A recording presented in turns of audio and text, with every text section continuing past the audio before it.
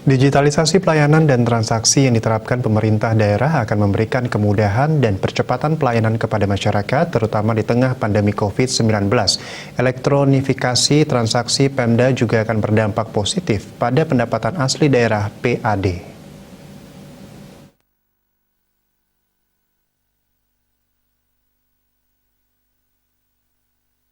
Kepala Perwakilan Bank Indonesia Bali, Trisno Nugroho mengatakan penting adanya tim percepatan dan perluasan digitalisasi daerah atau TP2DD di Bali karena dapat mendorong percepatan elektronifikasi transaksi pada Pemda. Ia mengakui di Bali hingga saat ini baru 7 Pemda yang telah membentuk TP2DD, yakni Provinsi Bali, Kota Denpasar, Kabupaten Tabanan, Buleleng, Gianyar, dan Jembrane. Sisanya Kabupaten Bangli, Karangasem, Badung akan segera menyusul. Pada 2021 ini ia optimis seluruh Pemkab di Bali akan membentuk TP2DD.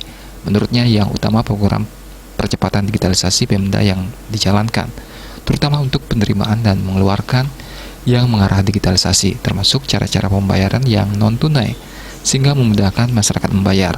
Diakui pandemi COVID-19 membuat semua orang makin menyadari pentingnya digitalisasi atau online. Digitalisasi pembayaran akan meningkatkan efisiensi dan efektivitas layanan publik, termasuk mendukung transparansi dalam sistem pemerintahan sehingga bisa mempercepat implementasi elektronifikasi transaksi pemerintah daerah dan digitalisasi pembayaran melalui sejumlah instrumen seperti QR, Code Indonesian Standard atau KRIS. Ekonomi digital diharapkan mampu memberikan kontribusi signifikan dalam menciptakan berbagai peluang kerja baru, mendorong peningkatan produktivitas, mengurangi kesenjangan sosial, serta mendukung peningkatan investasi. Suardike Bisnis Bali melaporkan.